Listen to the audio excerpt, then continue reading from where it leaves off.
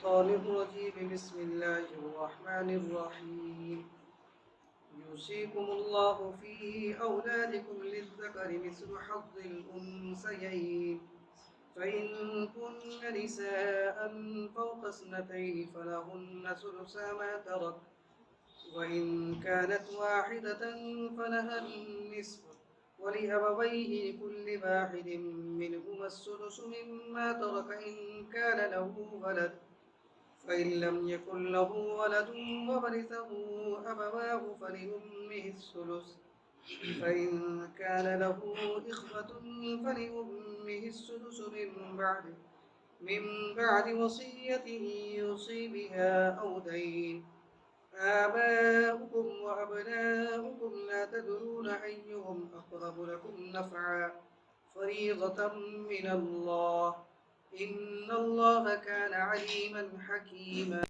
10 ہے.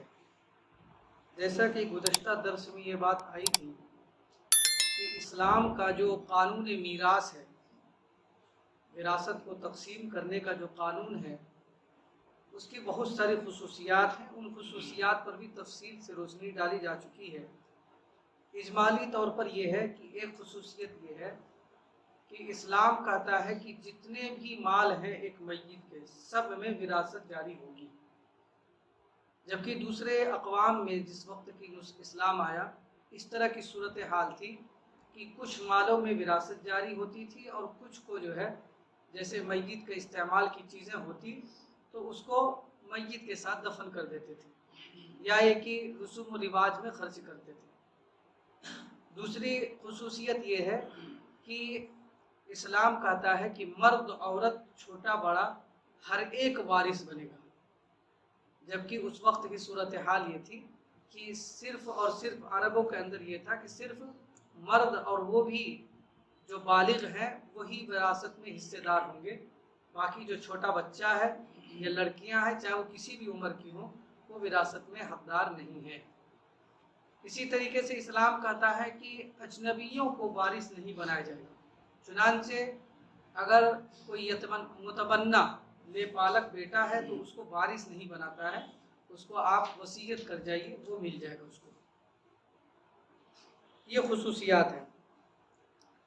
یہاں سے اس کی اہمیت کا اندازہ لگا سکتے ہیں کہ قانون میراث کی اتنی بڑی اہمیت ہے اسلام میں کہ سارے کے سارے مسائل کو اللہ رب العزت نے قرآن میں تفصیل کے ساتھ نہیں بیان فرمایا.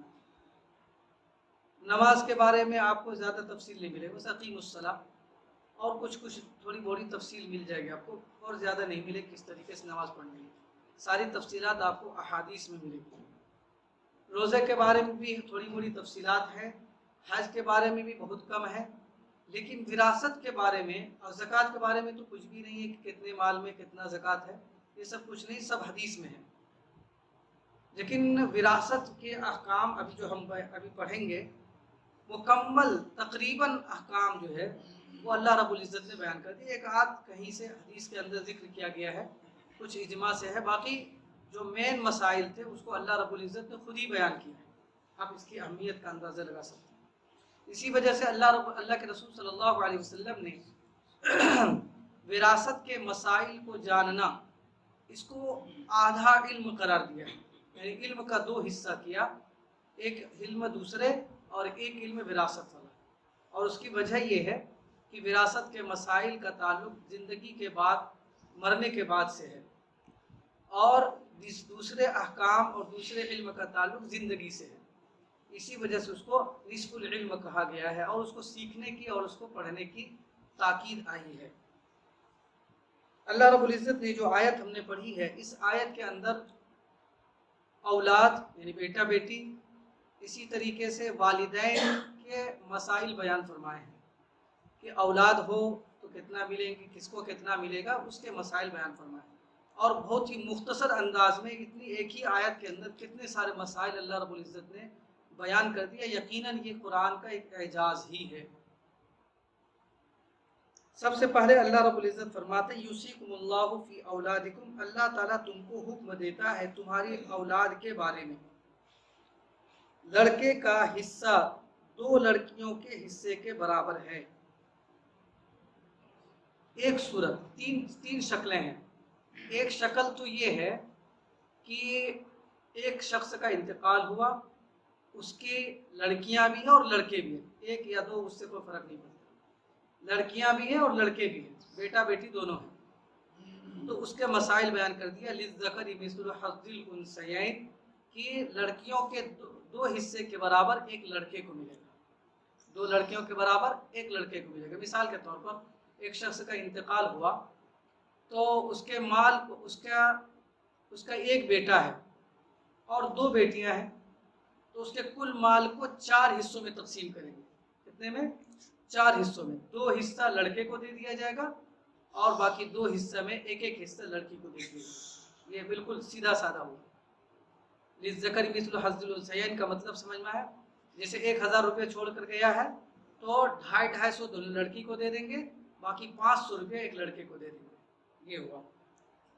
تو پہلی شکل یہ ہے۔ آگے ہے، اور اگر صرف لڑکیاں ہی ہوں، اگرچہ 2 سے زیادہ ہوں، تو ان لڑکیوں کو 2/3 ملے گا اس مال کا جو کہ مورث چھوڑ کر گیا ہے۔ ایک شکل تو وہ تھی، لڑکا لڑکی دونوں چھوڑ کر گیا۔ دوسری شکل یہ ہے کہ ایک شخص کا انتقال ہوا اور صرف لڑکیاں چھوڑ کر گیا ہے۔ اب 2 شکل ہے، یا تو ایک لڑکی ہے یا ایک لڑکی سے زائد 2 یا 2 سے زیادہ کتنا بھی ہو جائے، 2 یا 2 سے زیادہ کتنا ہو، دونوں کا حکم الگ الگ ہے۔